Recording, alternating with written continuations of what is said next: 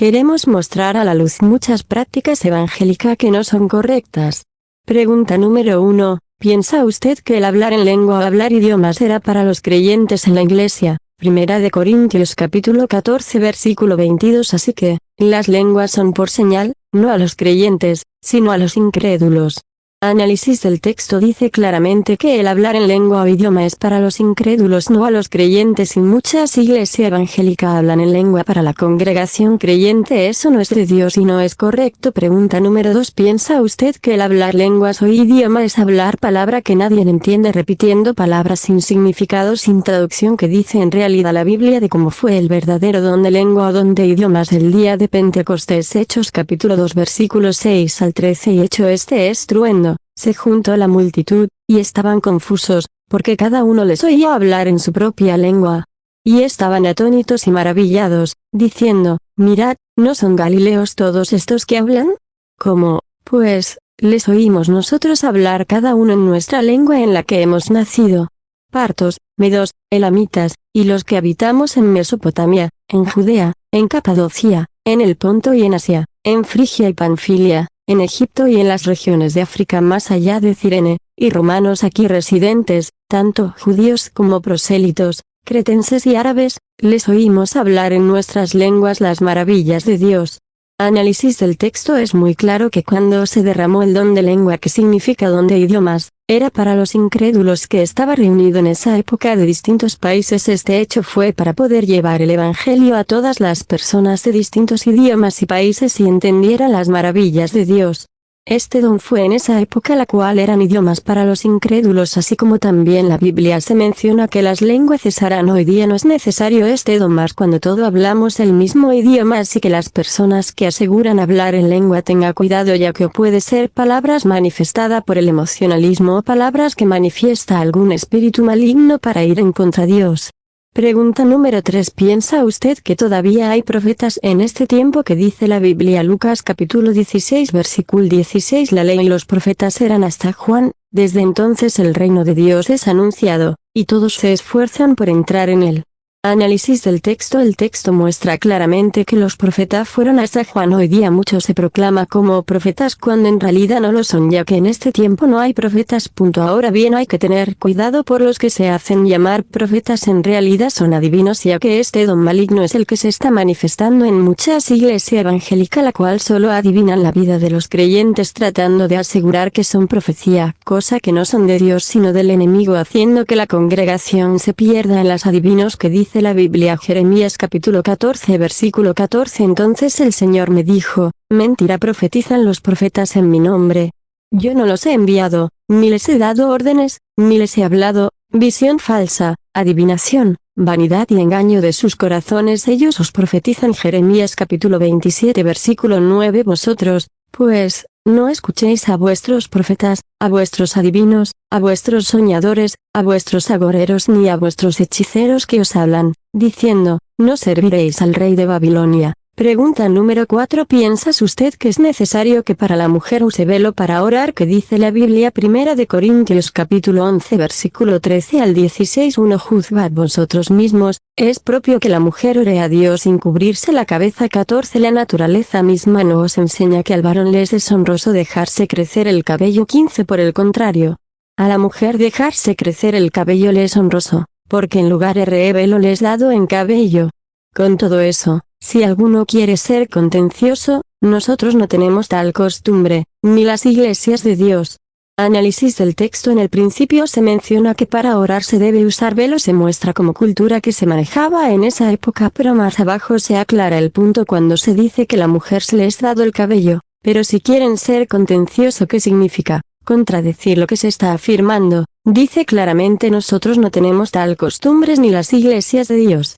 Así que el velo no es necesario para orar las mujeres, ya que su velo es su cabello. Pregunta número 5. ¿Piensa usted que sentir el Espíritu Santo es brincar y dar vueltas sin control, asegurando que esta manifestación son los frutos de tener el Espíritu Santo? Que dice la Biblia, Gálatas capítulo 5 versículos 22 al 23: mas el fruto del Espíritu es amor, gozo, paz, paciencia, benignidad, bondad, fe, mansedumbre, templanza. Contra tales cosas no hay ley. Análisis hermano, tenga cuidado ya que esta manifestación de brincar, caerse, dar vueltas diciendo que es porque el Espíritu Santo te ha tocado cuando en realidad son poseído por demonios o por el emocionalismo no está, y decir que esa manifestación son de Dios, eso es totalmente falso ya que Dios es un Dios de orden y en ninguna parte de la Biblia vemos que Jesús practicó esto que se ve hoy día en estas iglesias. Pregunta número 6. ¿Cree usted que es necesario dar diezmo a los pastores de la iglesia para ser bendecido y cumplir con la ley? ¿Cree usted que el diezmo era en dinero? Levítico capítulo 27 versículo 30 y el diezmo de la tierra, así de la simiente de la tierra como del fruto de los árboles, de Jehová es cosa dedicada a Jehová. Análisis. El diezmo que se daba en el tiempo de la ley era en comida, no en dinero para el pastor. Pregunta número 7. ¿Para quién se daba el diezmo en el tiempo de la ley? ¿Cree usted que es para el pastor o para los necesitados? Deuteronomio capítulo 26 versículo 12 al 19. Cuando acabes de diezmar todo el diezmo de tus frutos en el año tercero, el año del diezmo, darás también al levita, al extranjero, al huérfano y a la viuda, y comerán en tus aldeas, y se saciarán. Y dirás delante de Jehová tu Dios, he sacado lo consagrado de mi casa, y también lo he dado al levita, al extranjero, al huérfano y a la viuda. Análisis del texto que entendemos. Como hemos visto, el diezmar era parte de la ley del Antiguo Testamento, parte de los mandamientos que Dios había dado a los hijos de Israel a través de Moisés. Como se ve también, el diezmo para judíos se recolectaba para los pobres, las viudas, los necesitados en comidas. Diezmar es parte de la ley. Del igual modo pertenece a la misma categoría el sacrificio de animales, así como las muchas regulaciones que esta ley dictaba. Más adelante vimos que el Nuevo Testamento enfatiza muy claramente que la ley con sus mandamientos fue abolida por el sacrificio del Señor Jesucristo. Es muy claro que no es necesario diezmar ya que damos ofrendas que sale de nuestro corazón de agradecimiento a Dios. Podemos ver también este texto anunciar el Evangelio es gratis. 1 Corintios capítulo 9 versículo 18. ¿Cuál, pues, es mi galardón? Que predicando el Evangelio, presente gratuitamente el Evangelio de Cristo, para no abusar de mi derecho en el Evangelio. Pregunta número 8. ¿Estamos en el tiempo de la ley o de la gracia?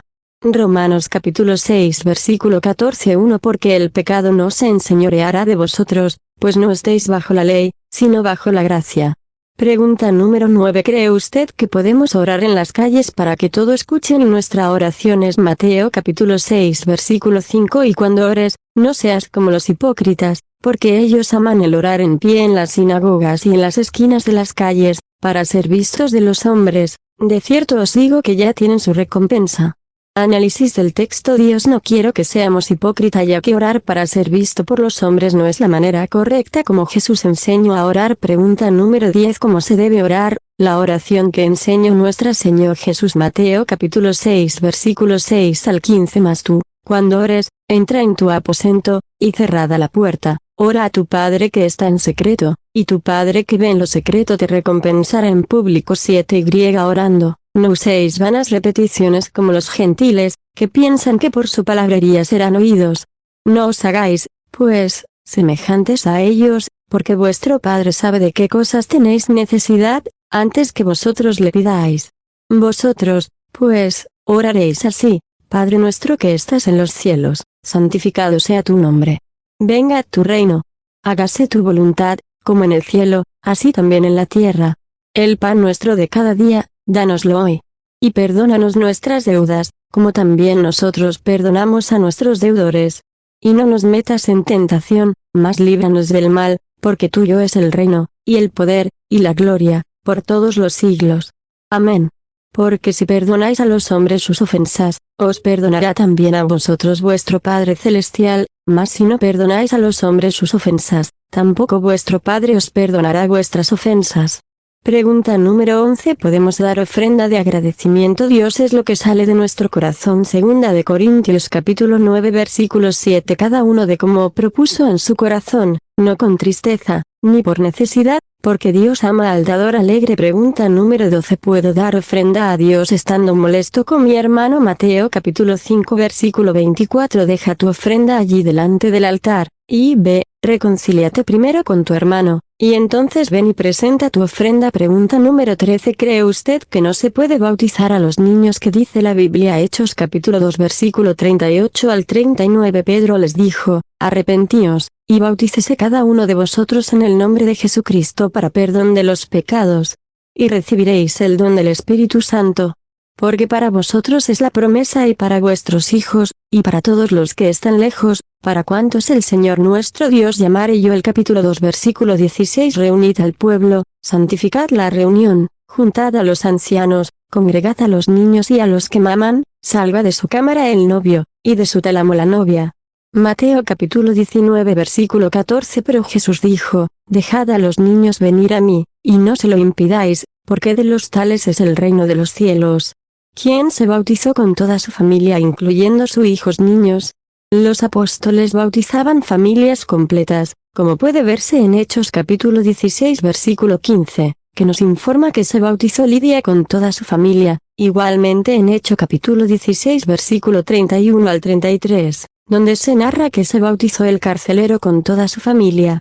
Análisis del texto. Tanto los niños como los adultos podemos ser bautizados, ya que para tener parte con Cristo debemos de ser bautizados y tomar de su cuerpo. Juan capítulo 3 versículo 5. Yo te aseguro que quien no nazca de agua y del Espíritu no puede entrar en el reino de Dios, respondió Jesús. 1 Corintios capítulo 12 versículo 13. Todos fuimos bautizados por un solo Espíritu para constituir un solo cuerpo, ya seamos judíos o gentiles, esclavos o libres, y a todos se nos dio a beber de un mismo espíritu. Juan capítulo 6 versículo 53 al 59. Jesús les dijo, de cierto os digo, si no coméis la carne del Hijo del Hombre, y bebéis su sangre, no tenéis vida en vosotros.